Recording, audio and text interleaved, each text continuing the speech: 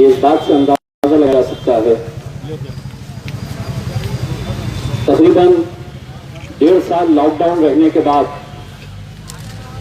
ये सरकार को मालूम है कि अब लोग रोजी रोटी के लिए, अपना पेट भरने के लिए, अपना कारोबार करने के लिए घरों के बाहर निकलेंगे। तो पेट्रोल डीजल 70 हो, 80 हो, 90 हो, 100 रुपये हो,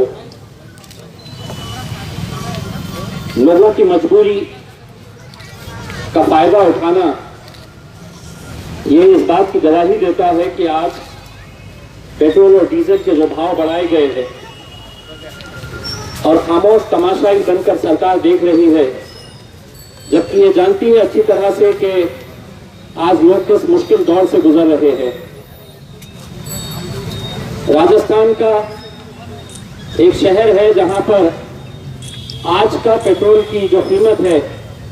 वो 108 रुपये है। कई ऐसे शहर हैं कि जहां पर डीजल और पेट्रोल 100 रुपये क्रॉस कर चुका है। और जब 100 रुपये आया तो हमको भी ये एहसास हुआ कि मोदी जी कभी छोटा सोचते नहीं है, बड़ा सोचते हैं। और मोदी जी है तो मुमकिन है ये जो नारा उन्होंने दिए थे वो सही साबित हो रहा है।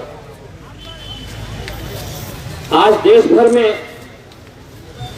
लोगों को इसके खिलाफ खड़े रहने की जरूरत है। वो इसलिए कि अगर हम बाकी दूसरी चीजों की कीमतें अगर नहीं बढ़ाते हैं, अगर सब्जी तरकारी नहीं बढ़ाते हैं, हम तेल की कीमत नहीं बढ़ाते हैं, अगर खाने के अनाज की कीमतें अगर नहीं बढ़ाते हैं और महज सिर्फ पेट्रोल और डीजल की कीमत अगर हम बढ़ाते हैं, तो इसका सीधा असर उन तमाम रोजमर्रा की कीमतों के ऊपर पड़ता है जो इनडायरेक्टली तरीके से सरकार ये करती है कि हम 50 चीजों की कीमतें बढ़ाने से बेहतर है कि पेट्रोल और डीजल की कीमत बढ़ा दो, खुद ब खुद दूसरी चीजों की कीमतें बढ़ जाएगी। आज इसके खिलाफ जमकर सभी लोगों ने विरोध करना चाहिए, क्योंकि मुश्किल की मार तो एक राजनीतिक पार्टी या एक जाति, धर्म या एक मजहब के लोग नहीं सह रहे हैं, बल्कि पूरे देशवासी इन तकलीफों का सामना करना पड़ रहा है। आज एक शुरुआत हुई है कि हमने अपनी नाराजगी बताई। डिविजनल कमिश्नर ऑफिस पे हमारे पार्टी के जिम्मेदारान एक मेमोरेंडम देकर हमारी नाराजगी सरकार के पास पहुंचाएंगे। पार्लियामेंट का सेशन हम उम्मीद करते हैं कि अगले महीने ना चाहते हुए भी उन्हें लेना पड़ेगा। पूरी कोशिश की जा रही है कि पार्लियामेंट का सेशन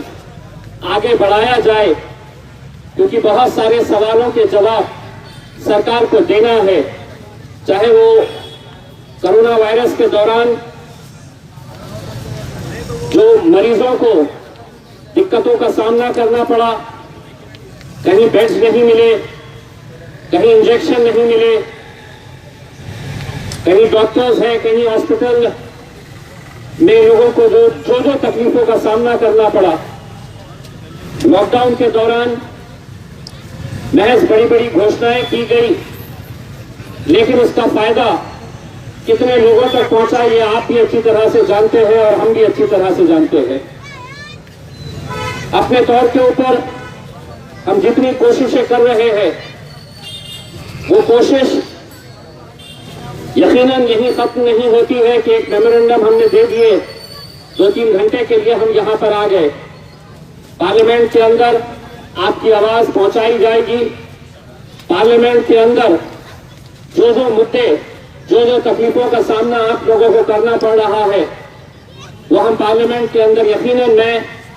और मेरे कायद बैरिस्टर असदुद्दीन अवैसी साहब वहां पर पहुंचाएंगे। मुझे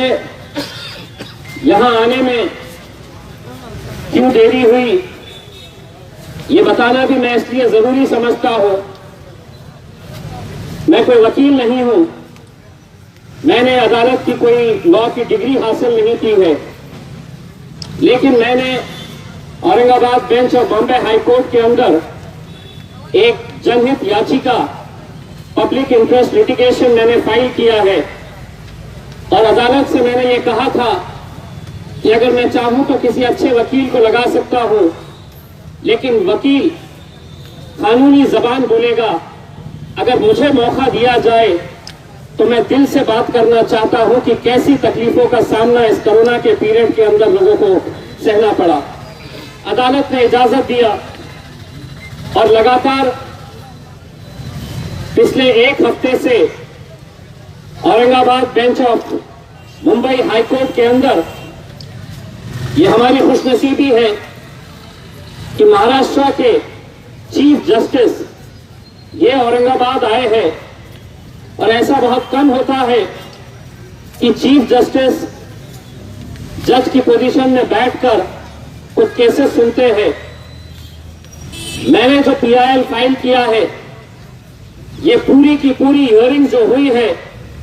वो अल्हम्दुलिल्लाह महाराष्ट्र के चीफ जस्टिस के सामने हुई है और मैं वकील बनकर वहां पर खड़े रहकर आप लोगों की आवाज वहां तक पहुंचाया हूं। खुशी इस बात की है कि अदालत ने यह आदेश दिया था सरकार को कि हमें पूरा आंकड़ा बताए कि कितने वैकेंसीज है और ये कब भरे जाने वाले हैं।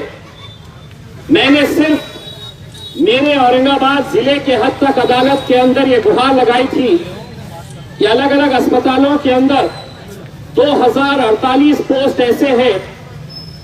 जो हमें अस्पतालों के अंदर खाली पड़े हैं और उन्हें भरने की जरूरत है। चाहे फिर घाटी हॉस्पिटल के अंदर 800 से ज्यादा पोस्ट हो, सुपर स्पेशलिटी बिल्डिंग के अंदर करीब 300 से ज्यादा पोस्ट है, ग्रामीण इलाकों के अंदर करीब 350 पोस्ट है।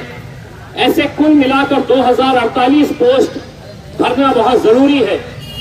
लेकिन अदालत को जब हमने ये बातें सामने रखी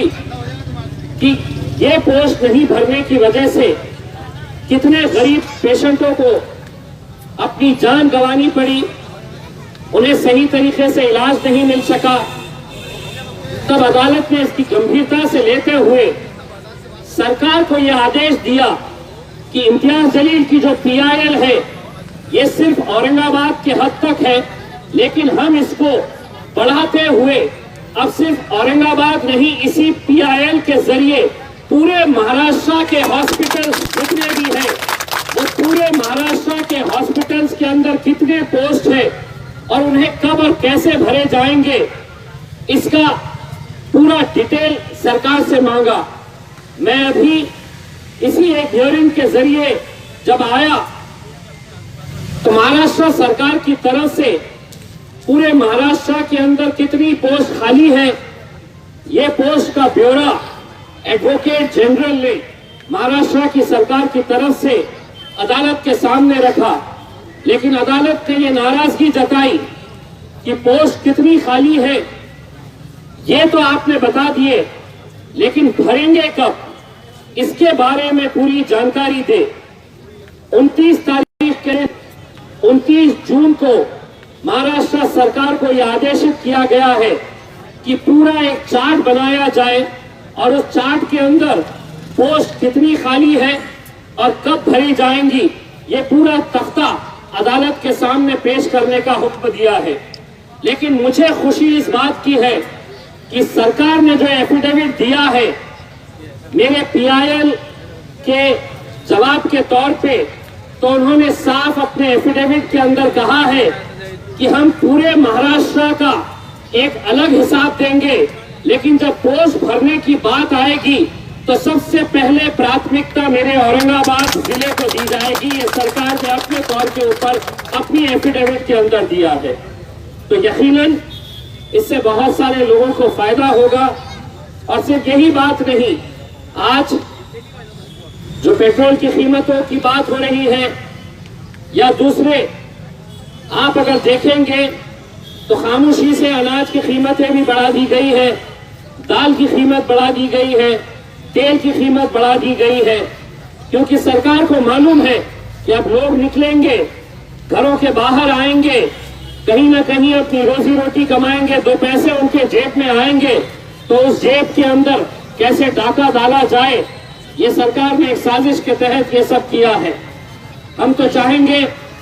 कि इस मुद्दे के ऊपर तमाम राजनीतिक पार्टी एक साथ मिलकर आए और सरकार से ये जवाब दे। ऐसा नहीं है कि आज एमआईएम वाले यहाँ पर खड़े हैं तो हमें महंगा पेट्रोल मिल रहा है।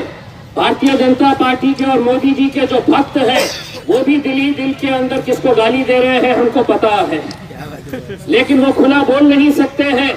तो हमारे कंधे के ऊपर बंदूक रख के चलाई जा रही है कि आप गालियां दो, आप रोड के ऊपर आओ और फायदा मिलेगा तो इसका फायदा हम भी उठा लेंगे। बस मैं यही आप लोगों से कहना चाहता हूं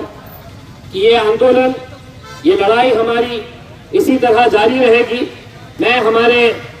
पार्टी के सीनियर कायद डॉक्टर गफ्फार कादरी साहब, हमारे जिला अध्यक्ष हमारे समीर भाई, शहर अध्यक्ष शारिक साहब, सीनियर मेंबर नासिर सिद्दीकी साहब, गंगाधर ढगे साहब और तमाम लोगों से ये अपील करना चाहूंगा कि हमको अपना हक लेने के लिए अब सिर्फ निवेदन से काम नहीं चलेगा, हमको सड़कों के ऊपर उतरना पड़ेगा। और सिर्फ पेट्रोल के लिए ही नहीं, मैं तमाम जिम्मेदारों से ये अपील करना चाहूंगा कि कई ऐसे इलाके हैं कि जहां पर आज पानी की बहुत ज्यादा तकलीफें हो रही है। अगला आंदोलन महानगर पालिका के सामने पानी के लिए किया जाए, ये मैं हमारे पार्टी के तमाम जिम्मेदारों से अपील करना चाहूंगा, ताकि लोगों को पानी मुहैया करा सके। जहां पर पानी मिल रहा है तो वहां पर खराब पानी आ रहा है, और जहां पर कई ऐसे इलाके हैं कि जहां पर वो पानी भी नसीब नहीं हो रहा है, इसीलिए पानी के लिए भी एक आंदोलन छेड़ने की जरूरत है। मैं पार्टी के तमाम जिम्मेदारों का तहे दिल से शुक्रिया अदा करता हूं कि उन्होंने आज इस आंदोलन को कामयाब किया है, और आगे इसी तरह से अलग अलग जो लोगों के मुद्दे रहेंगे उसके लिए मजलिस इत्तेहादुल मुस्लिमीन हमेशा आएगी, सड़कों के ऊपर लड़ेगी, और सड़कों के ऊपर लड़कर हम लोगों के मसले और मसाइल को हल करने की पूरी